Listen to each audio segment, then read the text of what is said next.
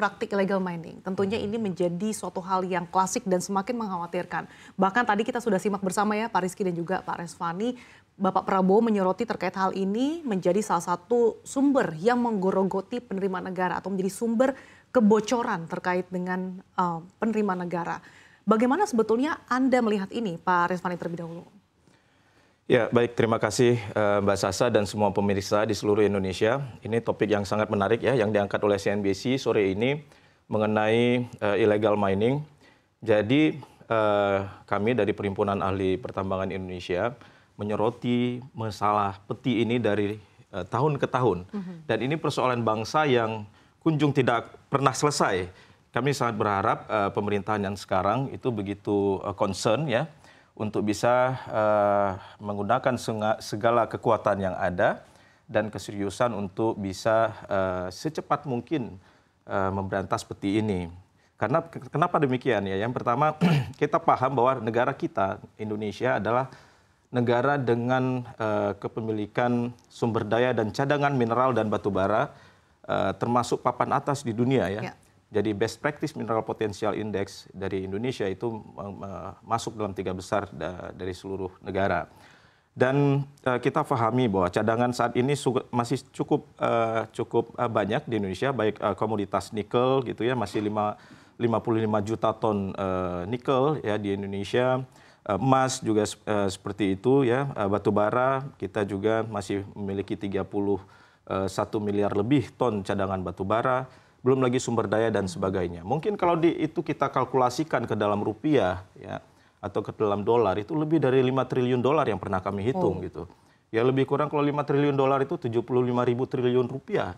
Kalau APBN kita 1 tahun itu 2.800, itu berapa tahun kita bisa tahan APBN dengan jika kita convert ya, itu tidak hanya kerugian alam tapi juga potensi penerimaan negara. Ya, jadi ada beberapa hal yang menjadi sorotan. Yang pertama, apa kerugian yang kita rasakan sebagai bangsa ini dengan adanya peti. Yang pertama tentunya potensi penerimaan negara kita yang lost dari sana gitu ya. Tadi disampaikan di awal, walaupun data itu menurut saya boleh jadi lebih dari itu. Ya 300 triliun itu seperti apa per tahun atau seperti apa? Karena kita paham bahwa jumlah IUP yang ada saat ini 4.300 IUP. Dari 4.300 IUP itu 1.795 adalah IUP mineral dan batu bara. Di mana mineral 909 IUP, batu bara 909 IUP, mineral 886 IUP.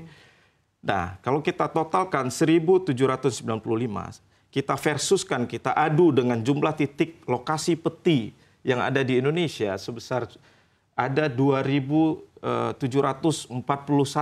titik peti yang ada di Indonesia. Bukankah itu sangat signifikan? Walaupun secara volume mungkin perlu kita hitung kembali gitu ya. Tapi dari sisi jumlah itu sangat besar. Dan dari 2.700 titik peti tadi, itu yang masuk dalam laporan kepolisian mungkin saat ini ada sekitar 125 laporan perkara peti ini gitu ya. Nah, artinya ini menjadi tantangan tersendiri untuk penerimaan negara. Yang jelas kedua, kerusakan lingkungan. Siapa yang akan membereskan itu? Nah, peti ini kan dia tidak akan berpikir untuk melaksanakan good mining practices ya, dengan membuat pengelolaan dan pemantauan lingkungannya baik, memperhatikan aspek keselamatan kerja. Kalau terjadi kecelakaan dan kematian pekerja, siapa yang akan bertanggung jawab? Lalu juga masalah konservasi cadangan kita. Begitu cadangan atau ditambang dengan tidak menggunakan best practice, boleh jadi batuan penutupnya diletakkan di sembarangan, yang di bawahnya itu masih ada cadangan yang nggak bisa ditambang lagi nantinya.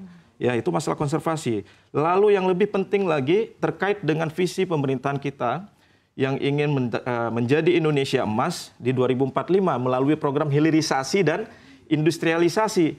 Bagaimana terhadap kesinambungan pasokan terhadap pabrik-pabrik smelter kita ke depan, untuk hilirisasi maupun untuk industrialisasi kita ke depan, termasuk batu bara sebagai bahan baku energinya yang akan sangat membutuhkan ke depan. Captive power 20% dari total power Indonesia.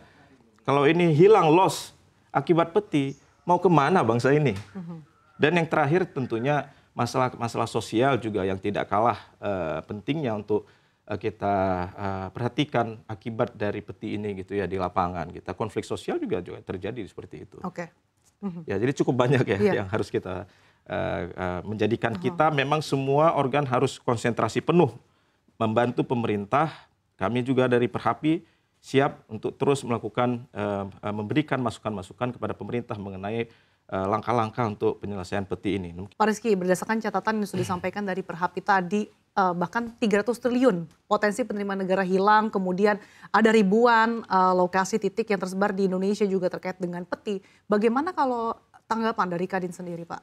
Ya, kalau saya ingin menambahkan dari yang Mas Resvani sampaikan tadi kan sudah sangat komprehensif ya. Memang satu sisi kita lihat penerimaan negara juga jadi bermasalah nantinya. Ya, terus yang kedua, saya melihat ini karena konteksnya gini, kami dari Kadin Indonesia sudah sejak awal itu meminta kepada pemerintah untuk melakukan penegakan hukum terhadap peti ini. Kenapa? Karena pertama, kalau dari sisi pelaku usaha, itu kalau dirugikan itu apabila nanti mereka menambangnya di wilayah di IUP kami, segala apapun yang terjadi itu menjadi tanggung jawab kami. Ya kan? Nah, udah kami nggak dapat apa-apa, malah kami yang suruh bayar nanti kan misalnya. So, kan seperti itu ya. Yang kedua, nanti dari sisi lingkungannya juga, kalau misalnya terjadi permasalahan di lingkungan hidup yang ada di dalam wilayah kami, tanggung jawab kami juga. Akhirnya kami juga yang kena dampaknya kan. Yang ketiga, nama baik sektor pertambangan ini menjadi rusak. Ya. Saya bicara begini karena konteksnya saya juga sebagai Ketua Umum Kadin Kalimantan Barat. Kita beberapa hari yang lalu tuh ada informasi, ada berita bahwa terjadi kecelakaan di dalam penambangan tanpa izin di daerah Kapuas Hulu di Kalimantan Barat. Nah ini contoh-contohnya yang tadi seperti Mas Arfani sampaikan, safety-nya ini pasti nggak akan mereka lakukan. Karena mereka tidak memahami bagaimana melakukan good mining practice kan. Orang mereka cuma tahu di situ ada tambang, ada emas, ya udah mereka nambang di sana, mereka ambil batunya, mereka olah, mencuci, sudah mereka jual, tapi akhirnya lingkungan yang ditinggal pun juga jadi rusak gitu kan. Jadi kalau kita bicara dari kacamata pelaku usaha, itulah yang kami rasakan. Makanya kami juga memberikan apresiasi tinggi ya kepada Presiden Prabowo, karena pada KBT sekarang ini kan saya dengar juga sudah akan ada Direktorat Jenderal Gakum, penegakan hukum ya di Kementerian SDM. Ya ini saya sangat apresiasi tinggi kepada Presiden Prabowo dan juga kepada Menteri SDM Pak Bahlil gitu kan. Nah, ini kan suara yang kami sampaikan, ya Kadin sampaikan dalam beberapa kesempatan agar ada dibentuk Dijen Gakum. Karena Dijen Gakum ini yang juga nanti akan melakukan penegakan hukum terhadap Undang-Undang Minerba, Undang-Undang Migas, Undang-Undang Ketenaga Listrikan dan sebagainya kan. Salah satunya juga terhadap masalah peti ini. Oke.